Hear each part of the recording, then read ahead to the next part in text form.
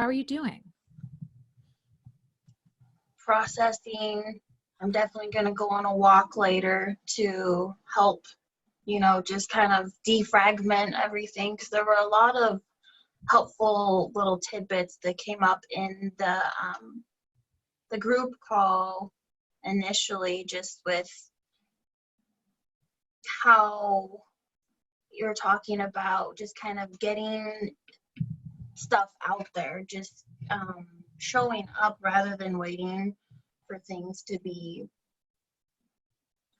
exactly how you want them, because I am definitely that way, where it's like I want things to be, I want them to fully represent me and what my vision is, but you can't always get it there.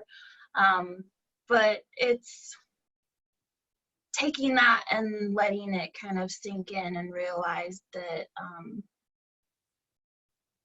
got to give yourself grace and just, working with things, trying to figure things out, rather than thinking that first off it's going to be perfect the first try. That's not realistic, yet that's what my brain can kind of default to. So trying to rewire some of those thinking habits. Grace. It's such a great word.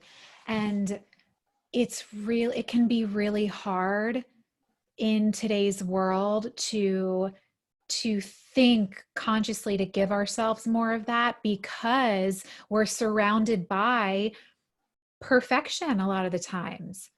We're seeing things look shiny and perfect online and on social media, and we're only human, so we can't help but to then compare what we're doing with the rest of the world. So it's such a good reminder, and just knowing that your journey, your process is going to uniquely unfold for you. At the right time, and not the right time, sooner or later.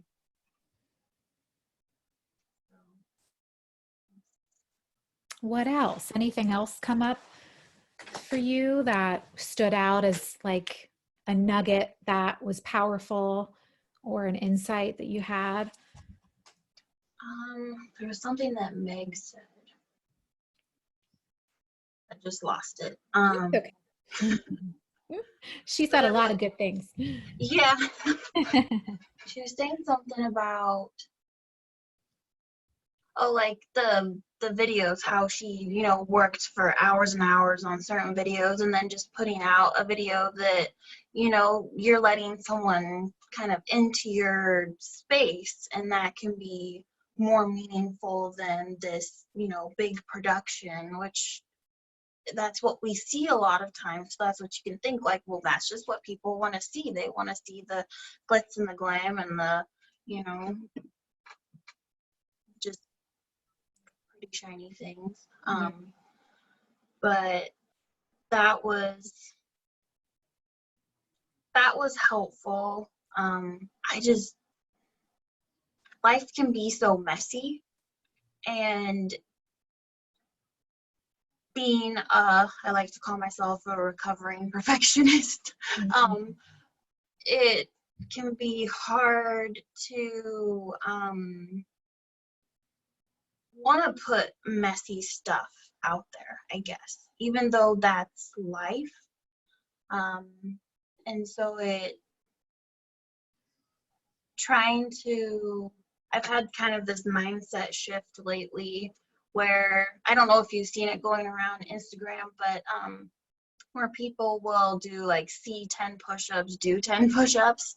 And one of my cousins tagged me in that, and it's like, oh my gosh, the last time I did like full-blown push-ups, it's sad for me to admit, it's been a while, but I wanted to do it just to show people that, hey, your push-ups may not look perfect, but you can be a part of this, like feel like you're in this community and just be part of the game.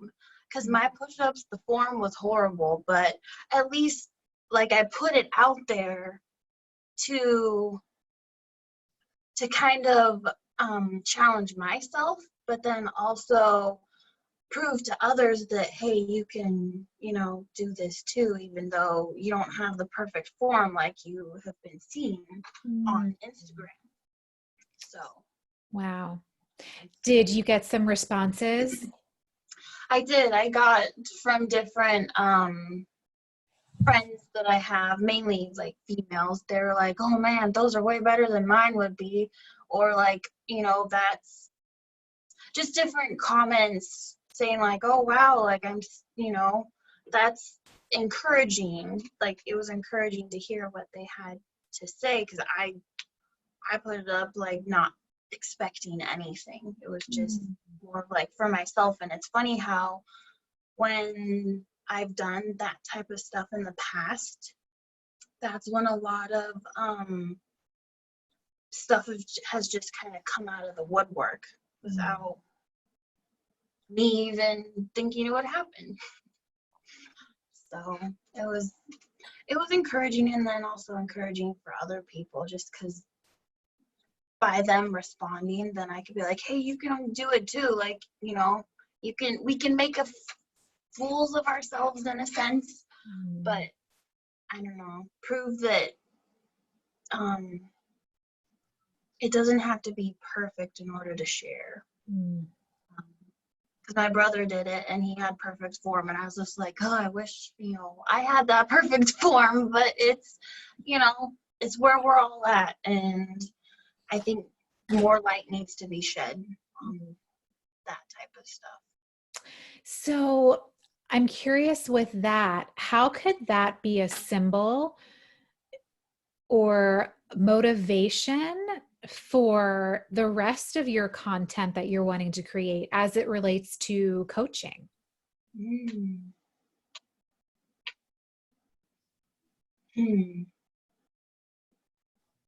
I'm sure it could in some way. I would have to think about it, I guess.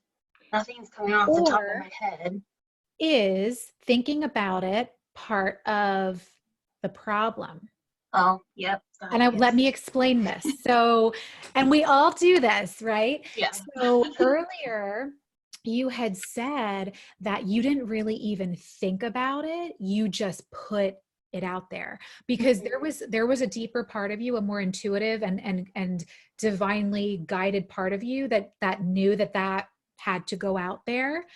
And you didn't let this part of you kind of really pull you off track. Yeah. What happens, we're infinite creators.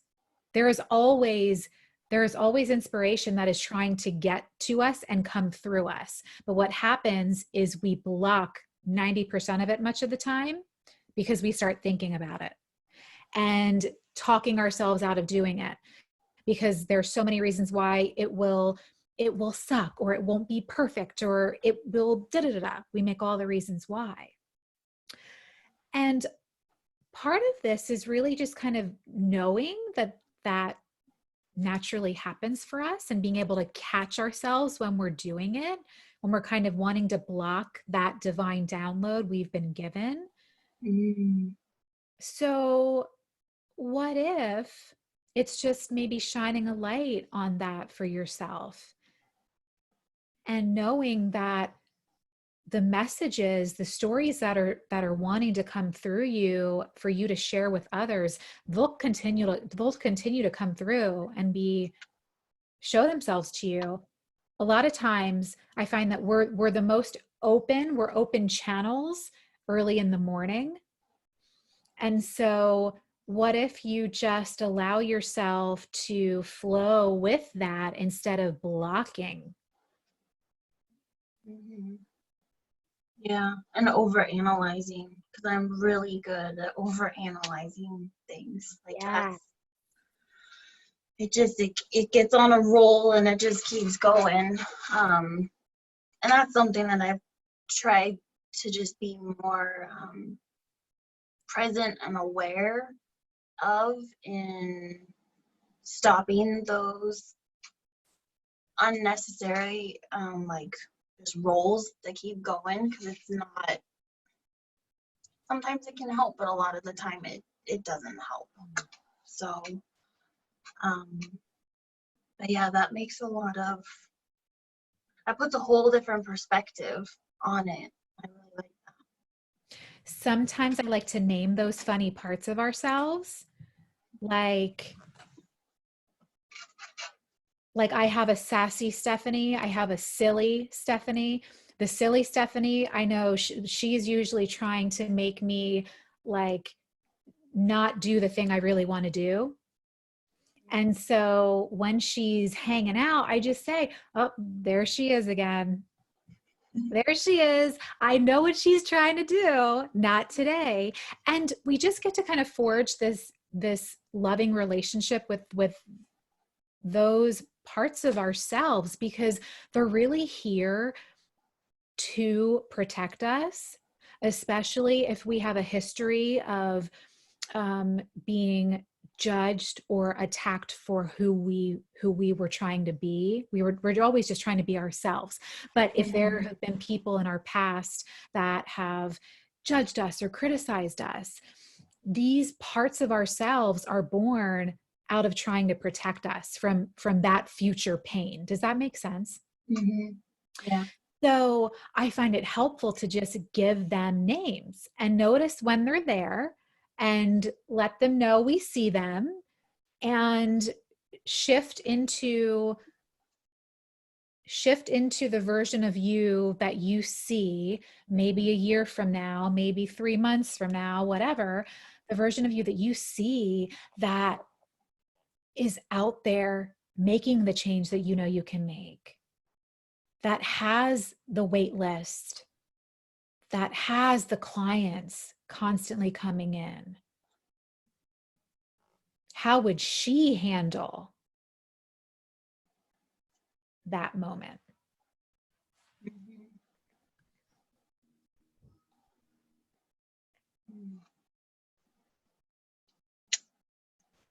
a good. I guess I never really spend time doing future self work or really thinking about it. Earlier on I did. And then I don't know, life kind of just can bog you down, and that it's kind of like that was pushed to the side. And I don't know, it's like my ability to dream was kind of it was taken away, or I allowed it to be taken away, and that I don't know, that part's been really difficult in trying to move forward with my business, and really, I guess, breathe life into it, because it's from day one, it's been,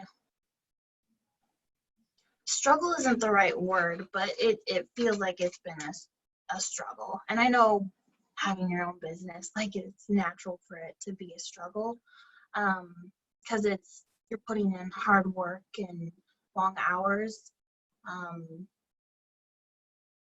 but with, I don't know,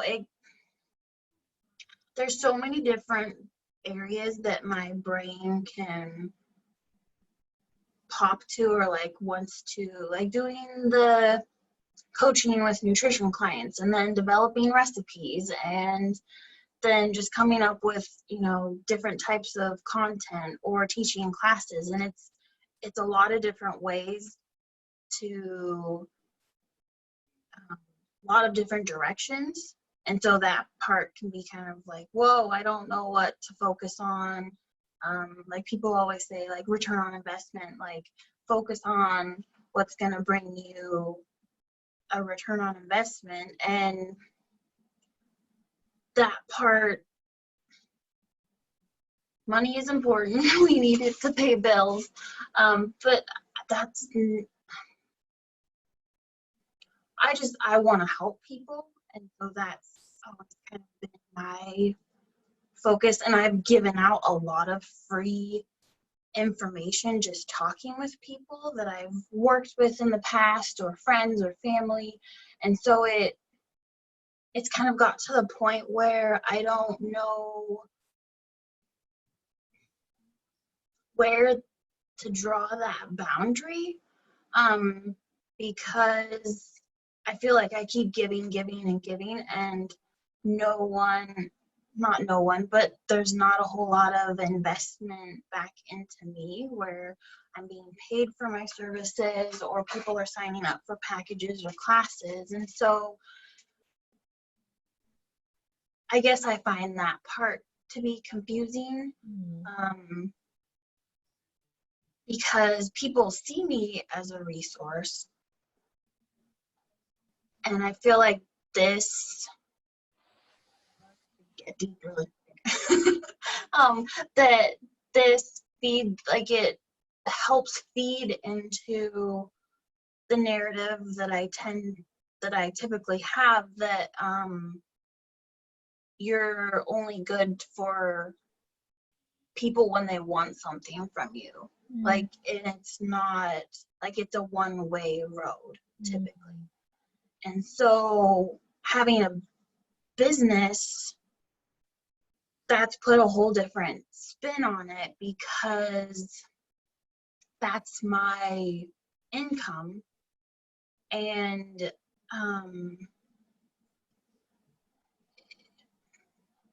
I feel like it can just put an unhealthy relationship with me and my business, because it can feel more of like, well, I'm gonna do this, but the payout will never happen. And so it's like I'm putting those barriers there myself, but it's also being reaffirmed by the people around me. And so I don't know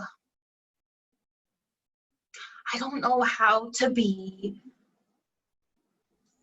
firm with people, like still let people know that I am a resource, but firm with them, and not be considered a bitch, I guess. Like, I don't, if that makes any sense. Yeah. And we've been taught as girls, as women, it's about being nice and being dainty and being small and being accommodating and polite and all of these things, and it just makes us smaller and smaller and smaller.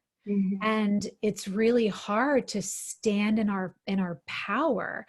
That's not something we're taught as little girls. Yeah. And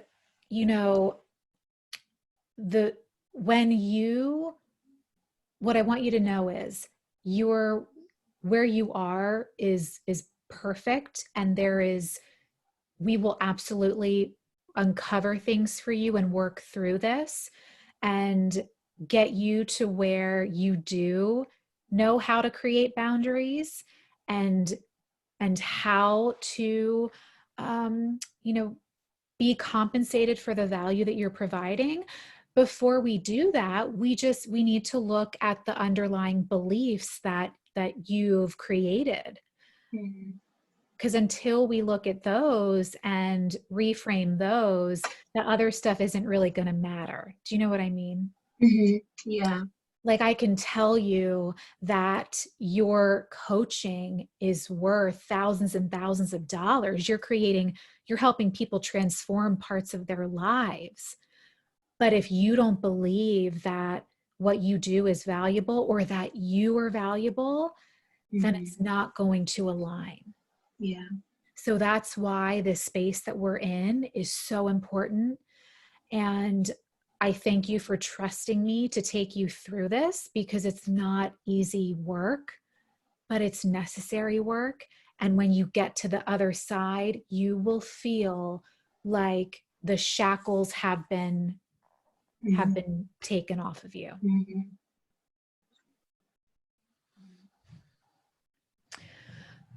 I want you to envision envision you in a future period where you've made the connection to this very real concept that the more resources that you have, and I mean resources like energy, resources like a bulletproof mindset, even resources as what you have in the bank. The more of those very precious resources you have, Amanda, the more people you can help. And at the end of the day, that's all that you want to do. You want to be of service. That's what I'm hearing, right? Mm-hmm. And when we come from this place of having such big hearts and wanting to serve and help everyone, and we're doing this for free, do you understand how that is a really quick way to deplete the energy that you have? Mm-hmm. And it makes me not want to do that, which is really hard. It makes me pull back and turn into someone that I'm not. And I don't like that. And then you start resenting the value that you are giving. Mm-hmm. And that's not a fun place to be in. Mm-hmm. So did you hear from Adele on the call this morning? Adele in Bali? Yes. Yes. So we'll have to connect the two of you, because she's kind of like, she was where you are a year ago. And I think that it would be really helpful for you to chat with her. She has a history of family trauma. She grew up never feeling like anything was ever reciprocated. And so Mm-hmm. it's been really hard for her to, like, the money piece for her and charging what her value is has been challenging because of that. Mm-hmm. And she's had such a transformation in this past year, where she just shared on the call today. She's ready, like, she's going to start earning six figures in her business now. Wow. And I share that because I want you to know, like, how what you're describing, it was Adele a year ago, and she worked through some uncomfortable stuff and learned what to do with that. And now she is fully in her power in her business and working with clients that inspire her. And it's been really amazing to watch. And I share that because that can 1000% be you. And it doesn't even have to take a year. Yeah. She actually has a team of people that take up some time too. So this can happen, quickly for you. So, okay, knowing all of this, tell me about what you think the biggest block is for you when it comes to pricing what you do, and then making invitations for people to pay you for what you do. Um, I think there's two parts to it for me, in the sense of I've always struggled with thinking that I'm enough. That goes back years and years into my childhood.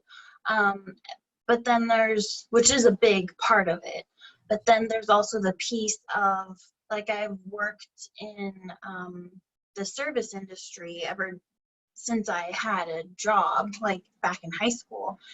And I wanting to help people, I don't want to price people out of that help, because I see the there's people who can't necessarily afford services, who desperately need that help also. And so that's something I struggle with in like I want to charge more, but I don't want to price full. I don't know. I still want to be able to help, the people who I've worked with for, years and that type of stuff. So it's like a inner battle that I have with that. Yeah. Okay. These clients that don't have the money to invest, Mm-hmm. if you were to guess, do you think that the majority of them have a flat screen TV at home? Oh, yeah. How do you think they got the money to pay for that? They saved up for it, or they charged it on a credit card Hmm. because they wanted it enough. Hmm. They sacrificed or saved up for it. Hmm. So that puts a different perspective on everything. Just mentioning that. I guess I look at that. I have looked at that differently and thinking that, well, everybody has a TV. So why wouldn't they have that? Why wouldn't they have a cell phone? Why wouldn't they have a car? But that's right. Like, people choose what they want to spend their money on. That's interesting.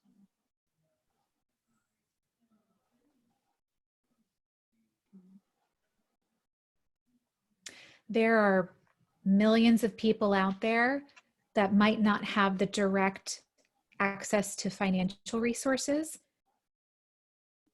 but they're tired of waking up and feeling awful in their body. They're tired of the symptoms that plague them every day that their traditional doctor can't tell them what's going on or give them a practical lifestyle plan to address that. They're tired of not being able to do the things they love. Oh gosh, what else? They're tired of not being able to run around the yard with their kids, maybe. Mm-hmm. They're tired of not having intimacy with their partner. Mm-hmm. I mean, these are really big problems. Mm-hmm. And so what they do, they might numb all of that by binge watching TV. That's what they've learned to do. Mm-hmm. And many people right now are tired of numbing themselves. They want support that can help them out of this. And if they manage to pull the money together to buy a flat screen that's hanging on their wall, they can manage to pull together money to invest in turning their life around. Yeah, that's true.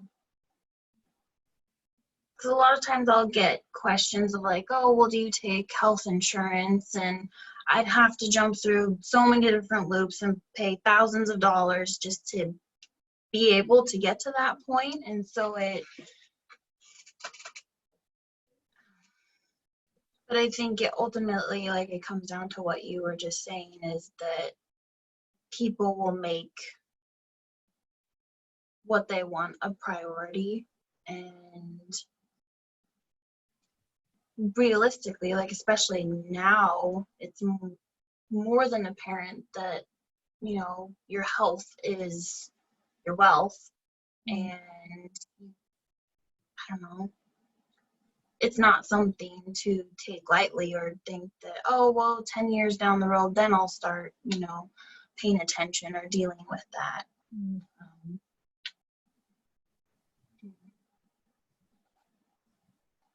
that's interesting.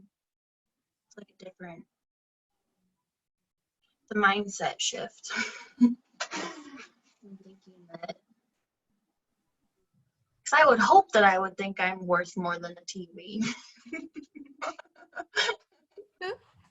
Unless it's like a really huge one that's just crazy expensive. You are worth the Jumbotron that in the Dallas Cowboys stadium, the biggest Jumbotron on the planet.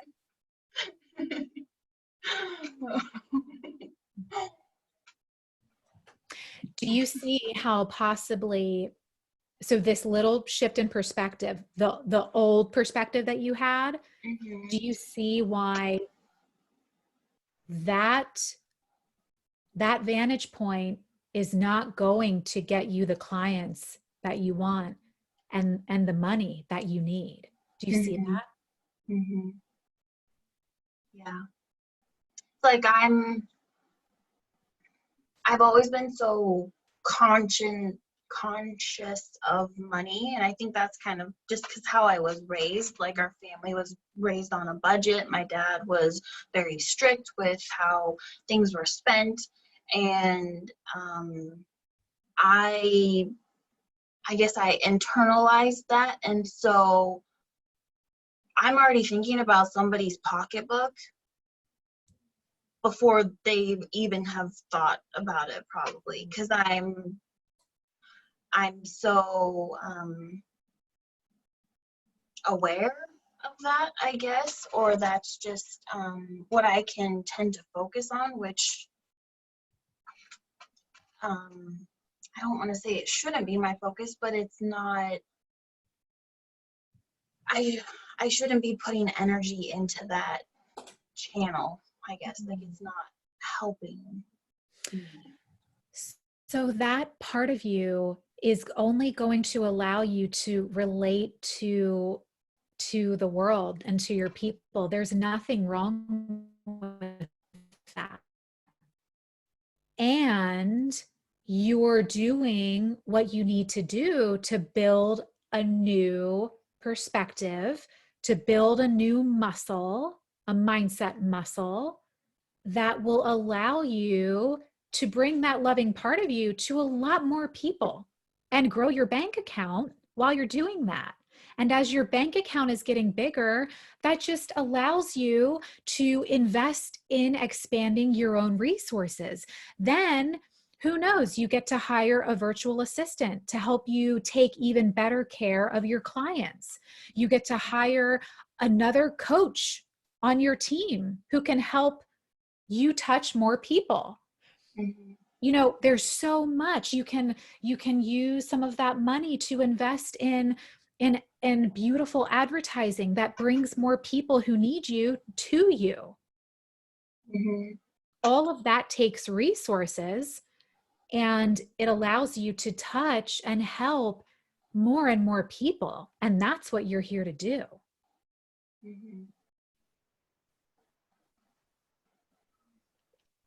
Yeah. Now, there might be a part of you when I shared those things, and you can tell me, maybe in your mind or somewhere in the back of your mind, you had a feeling of, oh, I don't know if I can do that. Do I really get to have an assistant? Could I really ever have someone on a team? Maybe I'm wrong, but this is where the worthiness conversation comes into the mix. Mm-hmm. And so I want to give you something to do, and it might be uncomfortable and weird at first, but I promise you it works magic. Okay. And so every morning you're going to look at yourself in the mirror, and as you're looking at yourself, you're going to say, I see you, Amanda.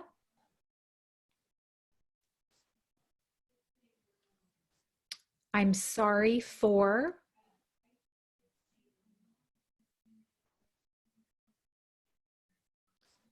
I forgive you for, and I love you for.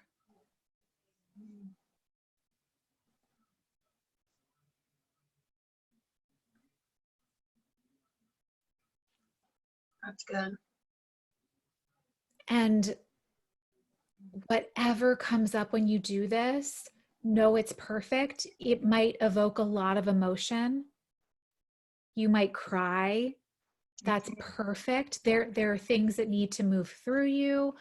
Mm-hmm. And you also might notice that you feel that maybe you're talking to the 10-year-old Amanda. Mm-hmm. She really needs to be seen and loved and heard right now. Or maybe it's the present day you. Whatever happens is perfect. But I want you to try this every day and just what, how, see how things start to shift slowly for you. And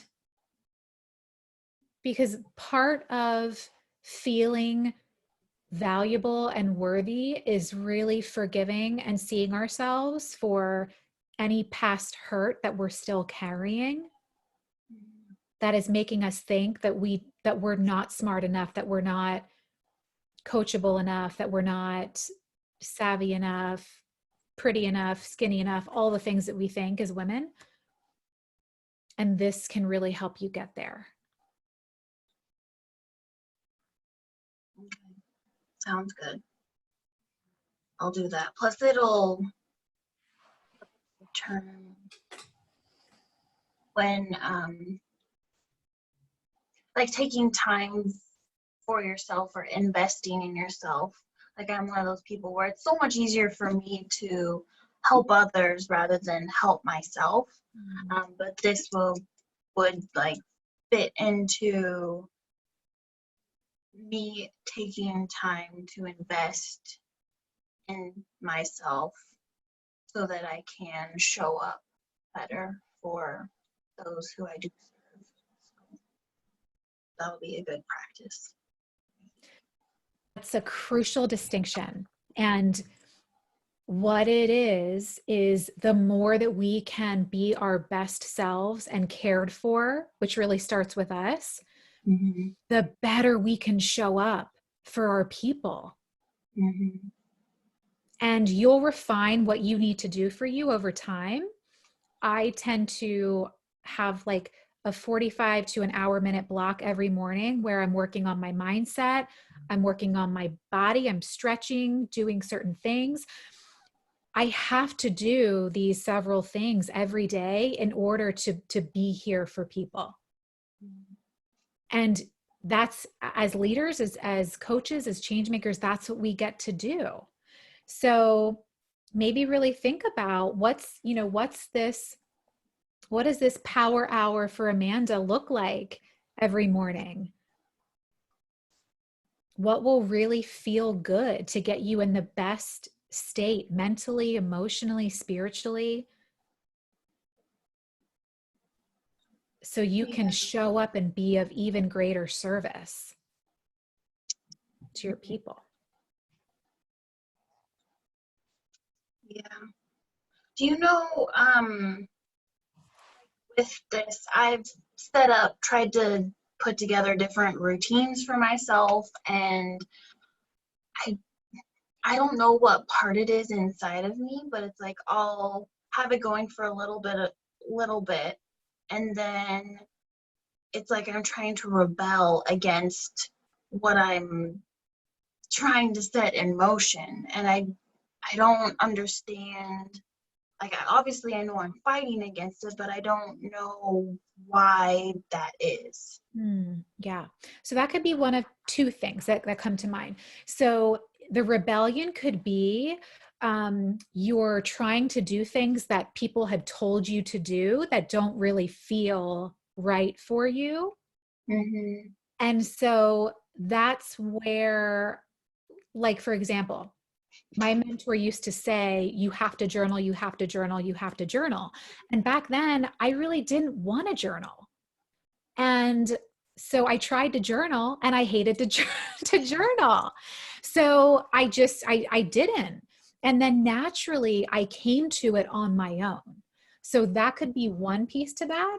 This is where like I have a huge toolkit of resources I can offer you, but ultimately you have to decide what feels good for you to do.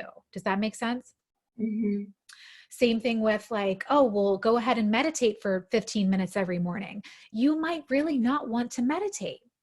So again, just about creating this time for you that feels like it's custom for you. So that's number one. Number two, it could be what we call self-sabotage. So if we like this shows up everywhere. If you start putting something in motion and it feels like it's impacting you in a positive way, there can be a part of us that doesn't believe that it can be that good and that we're worthy of having that last for too long. So what we'll do is we'll just mess it up ourselves. Mm-hmm. So which side of that coin feels like it's more true for you? More so of the self-sabotage part, I Okay. think, because I think it ties into my not feeling worthy part. Yeah. So that's where the mirror exercise that you're going to do, Mm-hmm. that is something that will help minimize the sabotaging, Okay. because you're going to be expanding in the connection and the love and the forgiveness that you have for yourself. You will naturally start to feel um, more worthy as you work through those parts. And Mm-hmm. then the sabotaging will happen less and less. Okay. And also, the sabotaging can happen at different levels. Like it's common to self sabotage when you reach a certain level of success. Like I see it with clients where they will have a really good month, their first big month, and then they don't believe that that can happen again for them. So they do something to kind of mess it up. Mm-hmm. It's really common. And we just get to have awareness that that is going to happen and figure out, kind of put the parameters in place, you know, what we need to do to mitigate that. Mm-hmm. Okay, that makes sense. That'll. I look forward to that. Working on that. Yes. Good. How are you feeling? Good. Kind of like a mix of.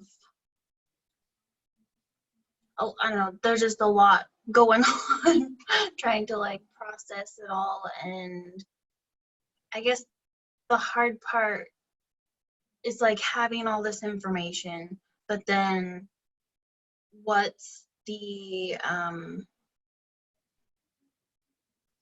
next step? Like what's the action, what actionable steps can I take from what I've learned or heard? And that, I think that's the part that I can kind of get hung up on too, is just kind of getting overwhelmed Mm, with that. yeah, for sure. And yeah, at this point, you've had 3 hours of kind of like hearing different things. So it's a lot. So here's what I would say to that. If you can, maybe take the rest of the day to just really, really do things that feel nourishing for you.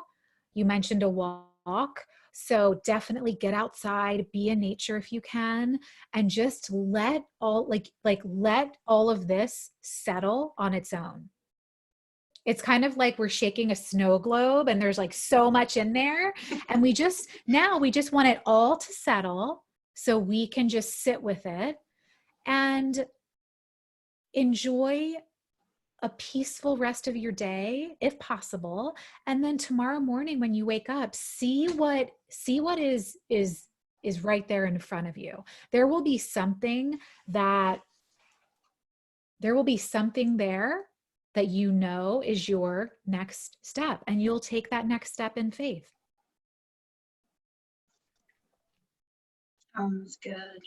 Right. And I would, if you're a scheduler, I would just block time on your calendar in the upcoming days to do the mirror exercise, mm-hmm.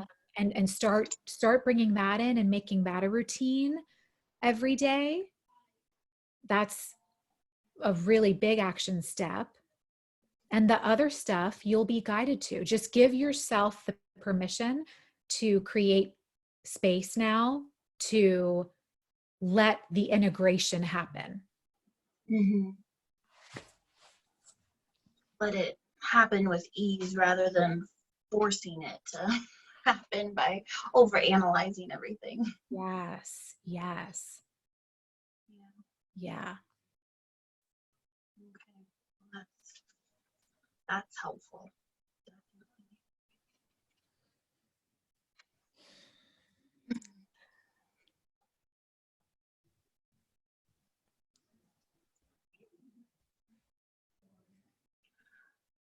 I feel like I have a question, but I don't know. Like one of those, like, do you ever have feelings and you can't put them into words, but you know that it's like it's there? Um, that's what I'm feeling right now. But Where's is the feeling in a specific part of your body? my heart. Oh,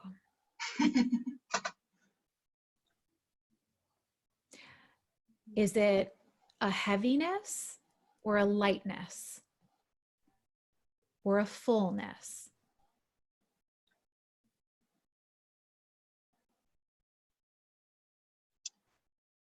I don't know, it heavy or full. I'm not exactly sure which. If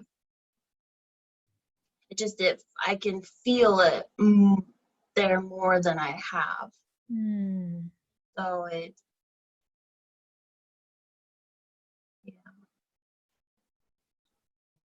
So a lot of the time, that part of our body is connected to our mission, kind of why we're here.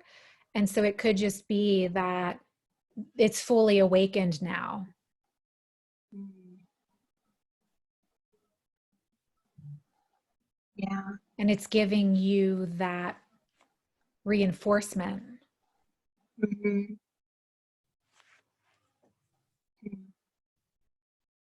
Well, that would be very refreshing to have happen.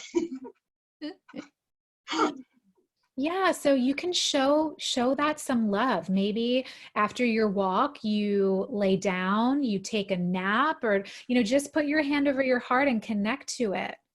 And Mm-hmm. talk to it if you want. Like it's here to guide you and to let you know that you are on course, baby. You are on track. Yeah. And it's Do you here to know, guide you. yeah. With have you done work or heard of people doing work with like going through an experience um that was traumatic and it made you not trust your intuition, like you lost that connection there, and then trying to regain that, like it's taken me a long while to get back to where I'm at now, but it's still not as strong as it used to be. Mm.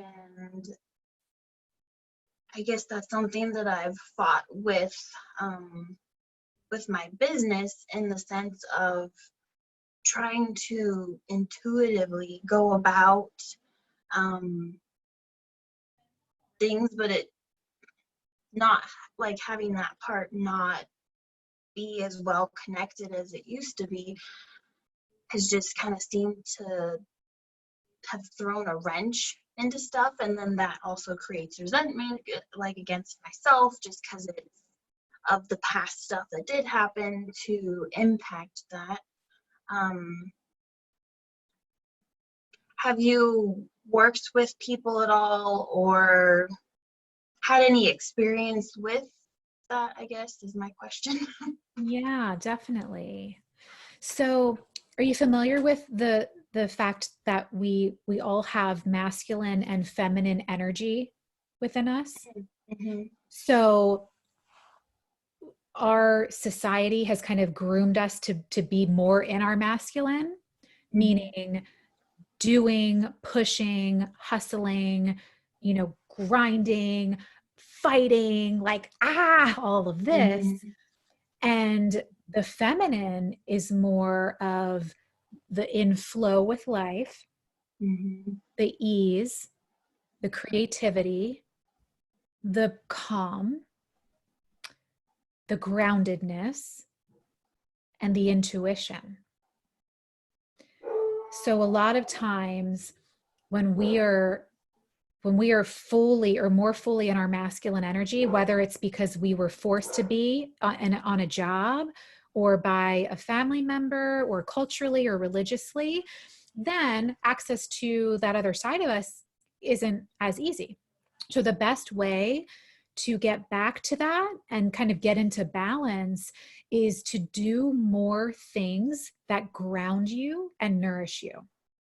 So taking the walk, being outside, doing the exercises to connect with yourself, Mm-hmm. resting, giving yourself grace, putting your hand on your heart, gratitude. At the end of every day, maybe you write down 3 things you're grateful for, or 1 thing you're grateful for from that day.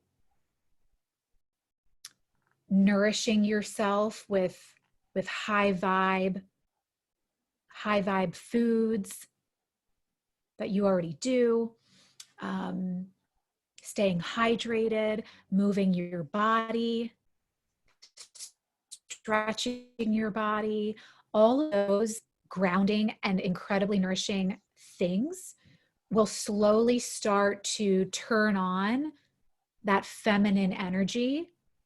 And that's where creation happens. Does any of that resonate for you? Yeah, it does, because it reminded me of, like, I've been doing some more of these things that you've listed, and just making the connection of, I think that's why recently I feel like a stronger connection to my intuition, and so it's reassuring to hear that those to continue on doing those types of things, because it's so easy to get pulled into the hustle and thinking that you have to keep doing and doing, rather than taking time to just be. And that part's hard for me to do, even though I know I need it. It's like I'm a little kid fighting against myself on the inside or something. It's weird. Yeah. Yeah. This is a moment that calls for stillness for a lot of us. And I think I shared it in the one training that for a lot of people is really hard because it actually forces us to sit with our thoughts and ourselves. Mm-hmm. And if we don't fully love ourselves at this point, that's going to be really hard. So, again, that mirror exercise, it is a beautiful practice to be doing right now to bring in more love, more forgiveness, and to help you to help guide you to your next step.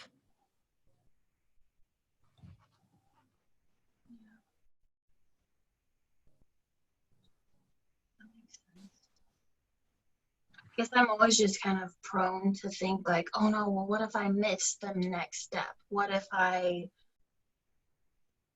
get distracted and I don't, because I can be prone to thinking like, well, there's a right way and there's a wrong way in how I'm living life. And so I just need to let that part go. It's just, it can be hard to let it go when that's what you've known for so long. Yeah. Maybe try to not do anything.